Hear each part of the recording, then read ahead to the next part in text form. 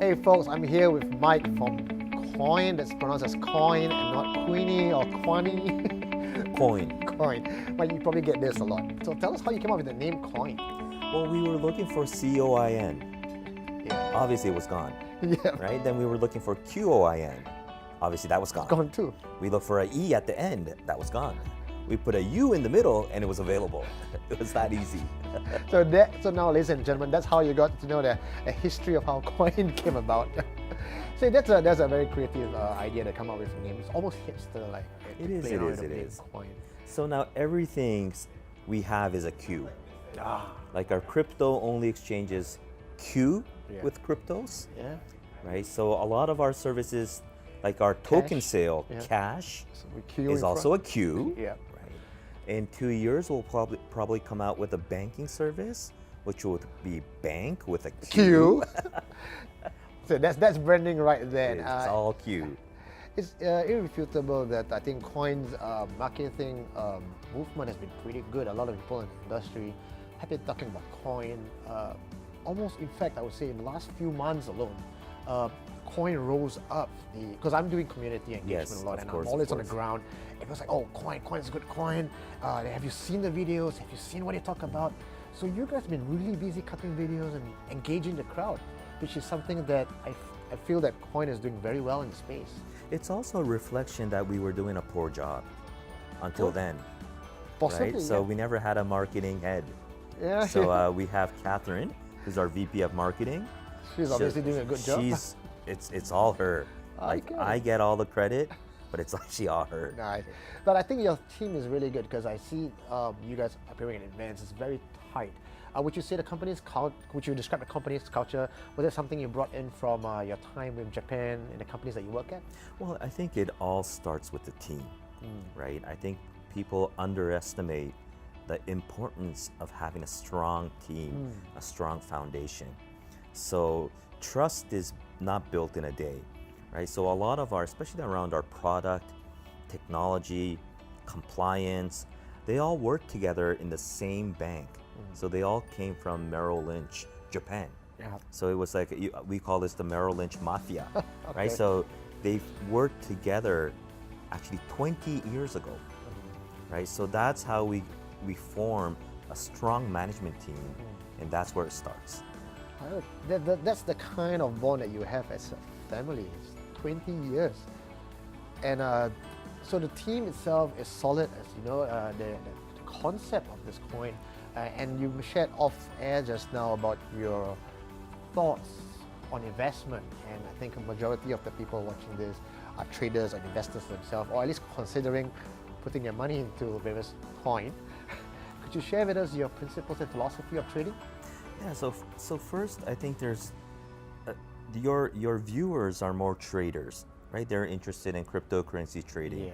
So we provide two really strong value proposition. Okay. One is the trading platform, right? So we are the first global exchange that is regulated in Japan. We're the only one that's licensed and regulated in Japan. Everyone else are local Japanese exchanges, right? So we bring in all the best practices, customer asset segregation, privacy, audit. We bring all of these things into our cryptocurrency exchange.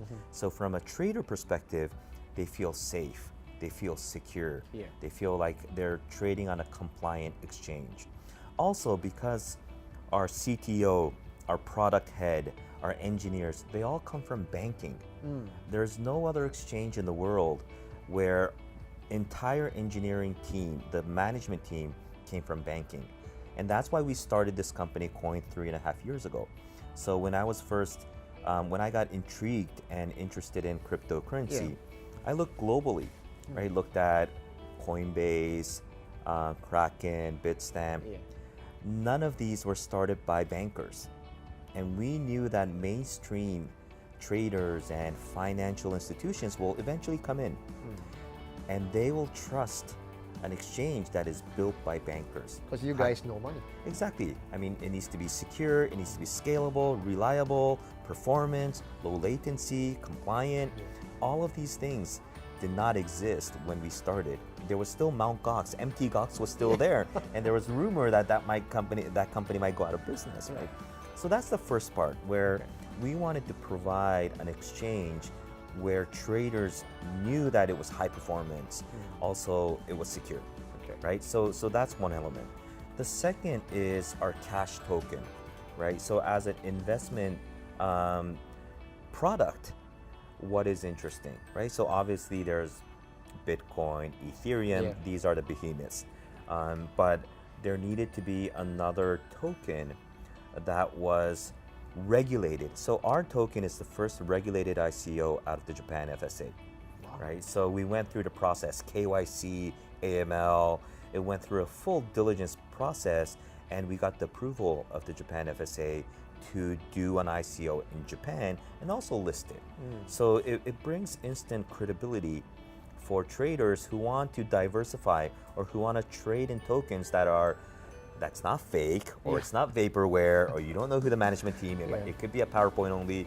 So none of those, right? So we provide an exchange, a robust exchange where people can trade, and also we provide a very interesting token that people can trade with. Right? So you have the exchange, you have the token, pretty much all in one right now. And you mentioned bank with a Q. So I hear a lot of good plans, thought plans rolling out. Anything that we could expect in 2018? Anything exciting that's coming up? Well, 2018 is going to be an exciting year. I mean, every year is exciting, right? I mean, every day in the crypto scene is exciting. Every time, every day, we learn something new. And it's almost impossible to be a fortune teller in this space because it moves so fast, right? ICOs did not exist last year. It's only this year, right? And now right now it's utility tokens, but I think there's going to be a robust equity token, a securities token. But from our perspective, we're going to be launching so we have a regulated exchange. It's called CoinX. It's abbreviation of Coin Exchange. Right? So this is a purely regulated exchange out of Japan. We also have a crypto-only exchange, so it doesn't touch fiat. So no SGD, no JPY, no USD. It's crypto in, crypto out. This is also going to be an ICO platform, and it's going to be a self-service platform. So anyone who's interested in doing their ICO, they can sign up through our crypto website, and it's going to be self-service. So they put in all the credentials, logos, tokens, symbols, videos, white paper, legal memos, and we only look at the legality. Is it a utility or a security? Is it a ERC-20? And then they can launch it immediately. It sounds almost like, if I'm seeing this correctly, this whole strategy correctly, it's like you see the crypto market, it's a cowboy town, it's Wild West. And it's almost like you're putting in place a regulated space that is curated, good, at least within your opinion, and having that ecosystem created. Well, so we won't look if that token is going to be successful or not. We will look at it from a legality perspective. Is it an equity or security or a utility? Because it's going to be difficult to try to see if this is going to be successful or not, right? Like you can't predict the future and stuff. Exactly. But to get all these regulations and licensing from Japan, is there something special about you and your team that managed to get it? Or, I mean, like you're the only guys who got it. How hard is it to get it? Like, could you walk me through that? Yeah, I mean, I won't do it again, right? So it took about a year and a half. So 18 months to be precise. We had to locate our headquarters to Japan. Because they needed our compliance and our audit team to be there. They also mandated us to have a Big Four auditor as our accounting and audit, right? So all these processes, all of these things that are necessary to comply, because we are a financial institution in Japan now, and that's a lot of work.